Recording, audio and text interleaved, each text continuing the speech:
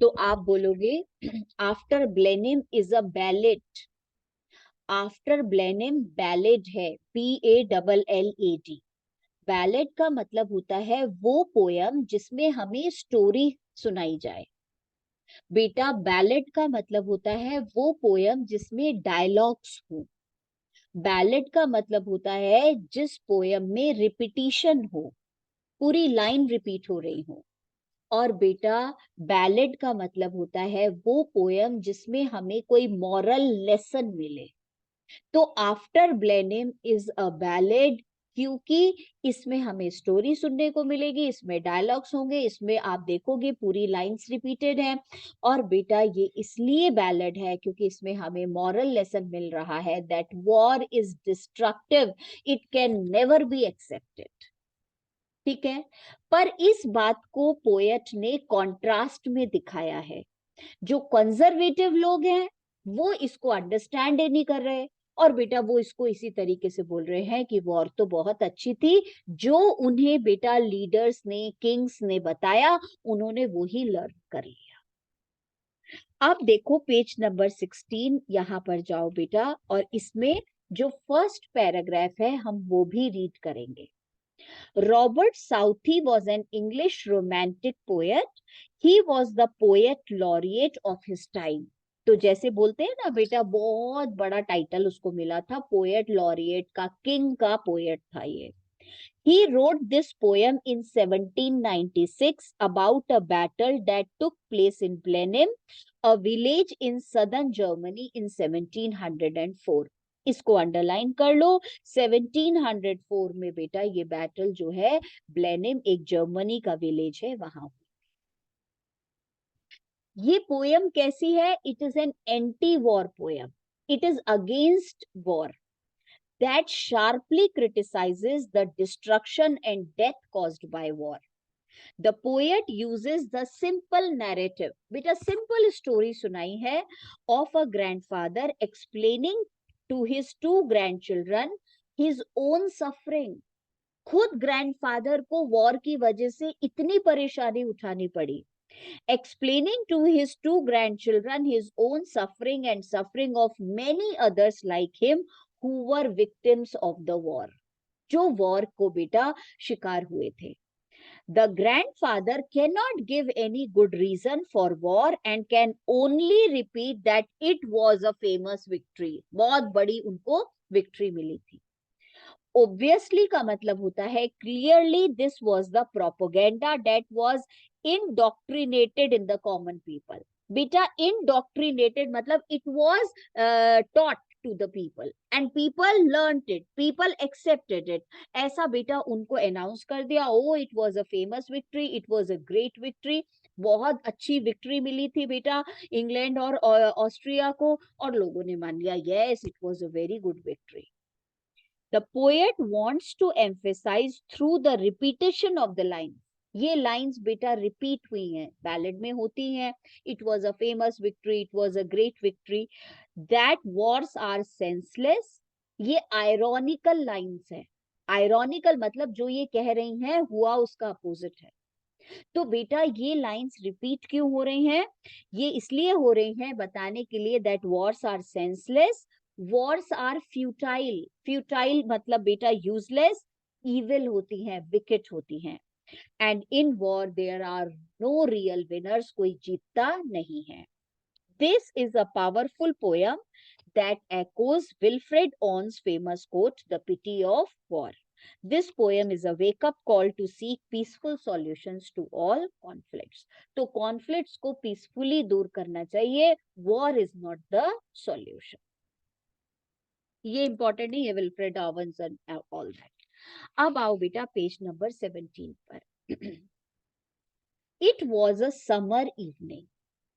तो बेटा गर्मियों की शाम है, और बड़ी ड्रामेटिक बेटा इसकी जो है, वो ड्रामेटिक बोल रही है, बिल्कुल बेटा स्टोरी स्टाइल शुरू हुई है पोएम की। It was a summer evening, old Caspar's work was done. बेटा डन मतलब finished, Caspar is the name of the character, और ओल्ड है वो, तो बेटा ओल्ड कैस्पर का काम खत्म हो गया था।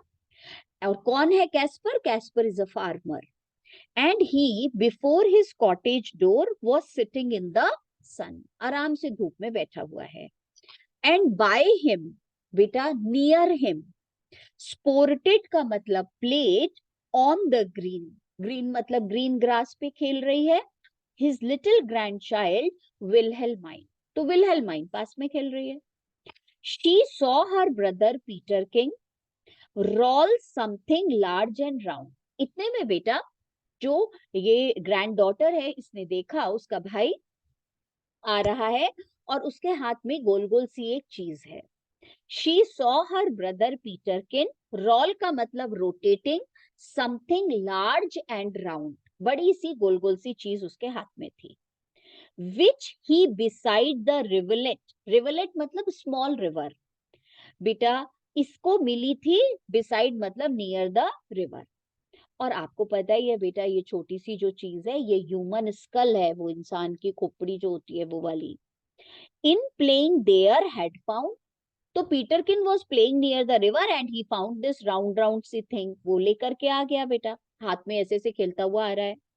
ही came to ask what he had found that was so large smooth and round. और वो अपने ग्रैंडफादर को दिखाने के लिए आया है, ये पूछने के लिए ये लार्ज राउंड और स्मूथ चीज क्या है. Old Caspar took it from the boy, it का मतलब ह्यूमन स्कल, और बेटा दादाजी ने तुरंत हाथ से वो ले ली. Who stood expectant by, expectant का मतलब लिखो hope to get reply, hope to get reply. by का मतलब near, अब बेटा वो बिल्कुल पास में खड़ा हुआ था और वो होपफुली अपने ग्रैंडफादर को देख रहा है कि अब जवाब मिलेगा कि ये क्या चीज है. And then the old man shook his head, और बेटा कैस्पर ने हाथ में लेके उस स्कल को ऐसे अपना सिर सॉरोफुली, बेटा अब अनप्लेजेंटली उसने अपना सिर हिलाया. A sign of sorrow, a sign of sadness, a sign of बेटा disappointment, बहुत उदास हो गया. And with a natural sigh, बेटा natural मतलब at once, and he took a deep breath at once.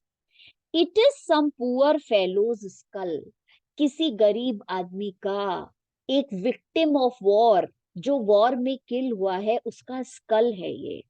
Said he मतलब old Caspar, who fail in the great victory, बेटा who fail मतलब who died in the great victory, वो जो great victorious battle हुई थी ना उसमें उसकी डेथ हुई थी.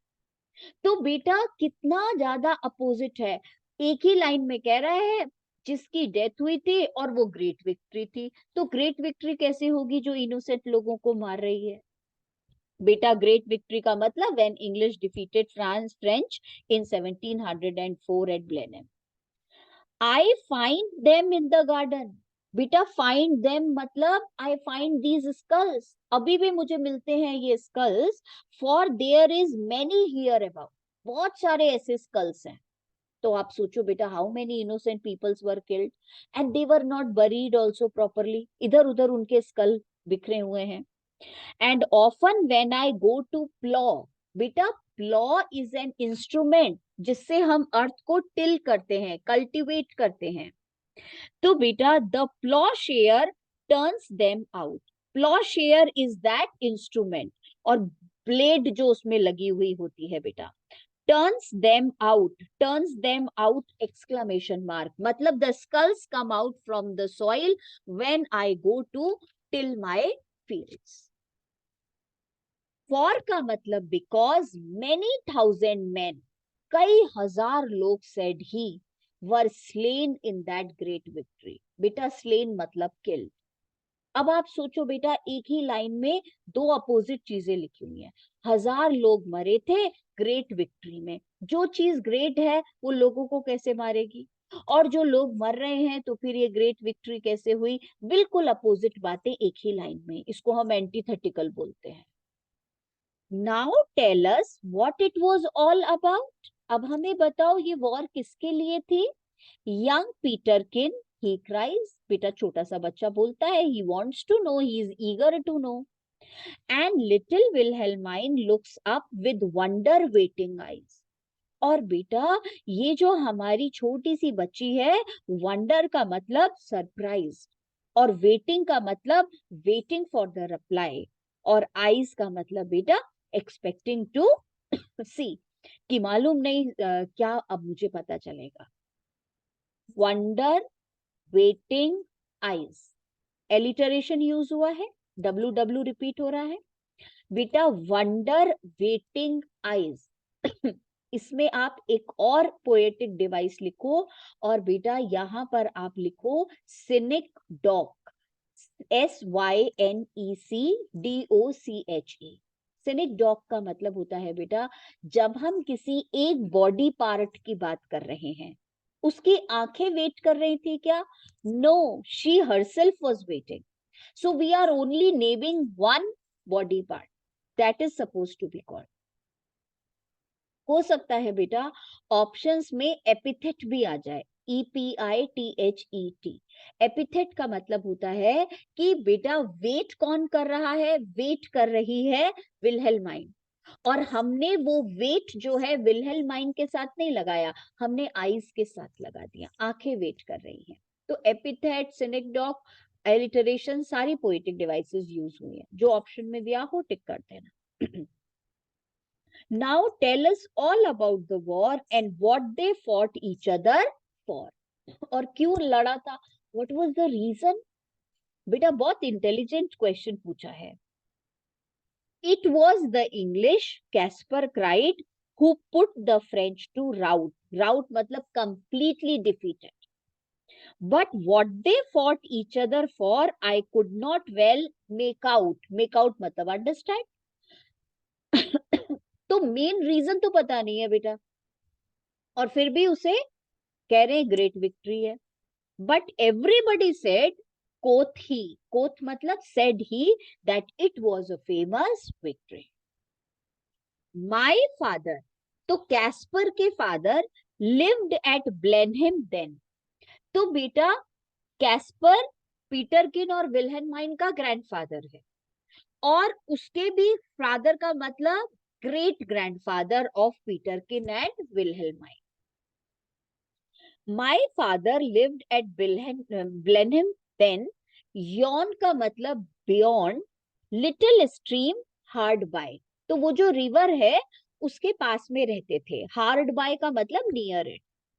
दे बर्न्ड हिज ड्वेलिंग, बेटा ड्वेलिंग का मतलब हाउस, दे का मतलब सोल्जर्स, और सोल्जर्स ने बेटा उनका घर जला दिया, मतलब कैस्पर का घर जला दिया जब कैस्पर छोटे बच्चे थे।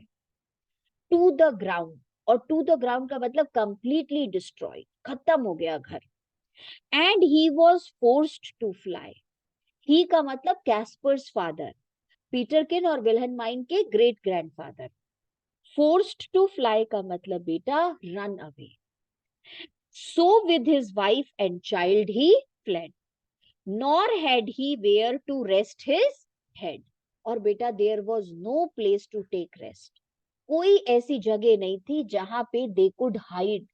उन्हें अपना घर जल जल गया पूरा, और they have to run for their life, अपनी जान बचाने के लिए भागना पड़ा। एंड देयर वाज नथिंग जहां वो बेटा शेल्टर ले पाते। अब देखो कितना पर्सनल लॉस हुआ, कितनी प्रॉब्लम हुई, फिर भी वो वॉर को बुरी नहीं बता रहा है। विथ फायर, हर जगह बेटा फायर लगी हुई थी। सोर्ड का मतलब किलिंग हो रही थी।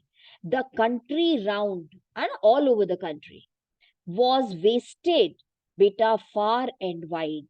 फार एंड वाइड मतलब ग्रेट डिस्टेंस, वॉज वेस्टेड का मतलब ग्रेट डिस्ट्रक्शन, दूर दूर तक सिर्फ डिस्ट्रक्शन था। And many a childing mother then, बेटा चाइल्डिंग मदर मतलब mothers who were having small babies and newborn baby died. But things like that must be at every famous victory. पर ये तो सब होता है फेमस विक्ट्री पे। तो इसमें बेटा आयरॉनी बार बार दी हुई है, फेमस विक्ट्री, ग्रेट विक्ट्री, और इतना नुकसान हो रहा है तब भी कह रहे ये सब तो होता ही है। पेज 19 पे आ गए आप। They say it was a shocking sight, बेटा दे का मतलब सर्वाइवर्स ऑफ द वॉर, जो जिंदा बच गए वॉर में, वो कहते हैं इट वॉज अ शॉकिंग का मतलब डिस्गस्टिंग, साइट का मतलब scene. After the field was won, बेटा फील्ड मतलब बैटल, बैटल जीत तो लिया पर उसके बाद बहुत डिस्गस्टिंग नजारा था। फॉर का मतलब because many thousand bodies here ले रॉटिंग, रॉटिंग का मतलब पेरिश होना, डीके होना, सड़ना, इन द सन। तो इतनी डेड बॉडीज थी बेटा, कलिंगा वॉर के बारे में आपने हिस्ट्री में पढ़ा हुआ है, द सेम थिंग। तो इतनी डेड बॉडीज थी और बरियल किसी का हुआ नहीं था, they were perishing in the sun. But things like that you know must be after a famous victory, और ये सब चीजें तो होती ही होती हैं। तो आप आयरॉनी देखो जरा, great praise the duke of Marlborough won, बेटा ड्यूक ऑफ मार्लब्रो के आगे लिखो इंग्लिश जनरल कमांडर, इंग्लैंड का जो का बेटा जनरल कमांडर था आर्मी का। And our good Prince Eugene, बेटा यूजीन लिखो ऑस्ट्रियन जनरल, जो कि ऑस्ट्रिया की आर्मी का जनरल था। ये दोनों बहुत ग्रेट थे, इनकी वजह से हम बैटल जीते। Why, it was a very wicked thing, और बेटा छोटी सी बच्ची जो है उसको समझ आ गया, और बेटा उसका इंस्टिंक्टिव रिएक्शन है, इंस्टिंक्टिव मतलब inner, original, fresh, natural reaction. Why, it was a very evil thing, बहुत बुरी थी वॉर, सेड लिटिल विल्हेल्माइन। ने ने माई लिटिल गर्ल, बेटा ने माई लिटिल गर्ल, ने मतलब no, dot dot dot no. Beta, old Casper was afraid because he had always learned that the war was famous and very great. And he got afraid that why the little child is calling the war to be beta disgusting. तो वो इतना डर गया, और वो बेटा एकदम से सरप्राइज्ड होके, अफ्रेड होके उसको कहता है नहीं नहीं ऐसा नहीं बोलना, ने माई लिटिल गर्ल को थी, it was a famous victory. So he was not applying his brain and he is just repeating the words जैसे parrot repeat करता है। And everybody praised the Duke who this great fight did win. और सब ने बेटा तारीफ करी Duke की, और ड्यूक ऑफ बेटा जो इंग्लैंड के जनरल कमांडर थे, जिनकी वजह से हम वॉर जीते थे। But what good came of it at last, और बेटा Peterkin very intelligent boy, and he says क्या अच्छा हुआ उससे, बट व्हाट गुड मतलब what was the result of the war. Quoth little Peterkin, why that I can not tell, said he, but it was a famous victory. और बेटा अब इसके पूरे के बारे में खूब अच्छे तरीके से नोट्स मिलेंगे, और उसमें बहुत सारी चीजें होंगी, that also we will read, और फिर हम उसके क्वेश्चंस लिखेंगे। पर उससे पहले बेटा मैं चाह रही हूं एक बार तुम्हें राइम स्कीम इसकी पोएम की करवा दूं। तो बेटा राइम स्कीम के लिए क्या होता है, ये लोग हमें अलग अलग स्टैंजास देते हैं। तो आप एक काम करो, हम 3 स्टैंजास की राइम स्कीम अभी डिस्कस कर लेते हैं। तो पेज 17 पर आओ, और बेटा पेज 17 पे सेकंड स्टैंजा की राइम स्कीम निकालते हैं। तो राइम स्कीम निकालने के लिए, जैसे सेकंड स्टैंजा में 1 2 3 4 5 6 लाइंस हैं, हर लाइन का लास्ट वर्ड पढ़ना होता है। तो बेटा सेकंड स्टैंजा की फर्स्ट लाइन का लास्ट वर्ड है पीटर किन, तो हमने लिखा स्मॉल ए। सेकंड लाइन का लास्ट वर्ड है राउंड, तो राउंड हो गया बी, क्योंकि पीटर किन से मिलता नहीं है ना, दूसरी साउंड आ रही है। थर्ड हो गया बेटा रिवलेट, अब रिवलेट जो है इसकी साउंड ना तो पीटर किन जैसी है ना राउंड के जैसी है, तो यहां हमने लिखा सी। अब आ जाओ fourth line last word found, found किसके जैसा है, राउंड के जैसा, तो आपने लिखा बी, क्योंकि राउंड के आगे भी बी लिखा था, यहां भी बी लिखा। फाउंड है बेटा नेक्स्ट लाइन का लास्ट वर्ड, ये भी बी हो गया, और फिर राउंड है तो ये भी बी हो गया। तो सेकेंड स्टैंजा की राइम स्कीम हो गई A B C B B B. अब पेज टर्न करो, एक और ट्राई कर लेते हैं बेटा, पेज नंबर 18 पे second stanza. Second stanza, now tell us what it was all about. About A, cries B, looks up, up C, फिर आइज बेटा क्राइज के जैसा हो गया बी, वॉर डी, और बेटा फॉर डी। तो जैसे जैसे अलग अलग साउंड आती जा रही है वैसे वैसे हम लिखते जा रहे हैं लेटर। तो बेटा पेज 18 सेकेंड स्टैंजा की राइम स्कीम हुई A B C B D D. अब आ जाओ पेज नंबर 19, लास्ट स्टैंजा की राइम स्कीम निकाल लेते हैं। तो आज हम थोड़ा सा प्रैक्टिस कर ले, फिर उसके बाद तो आप लर्न कर ही लोगे।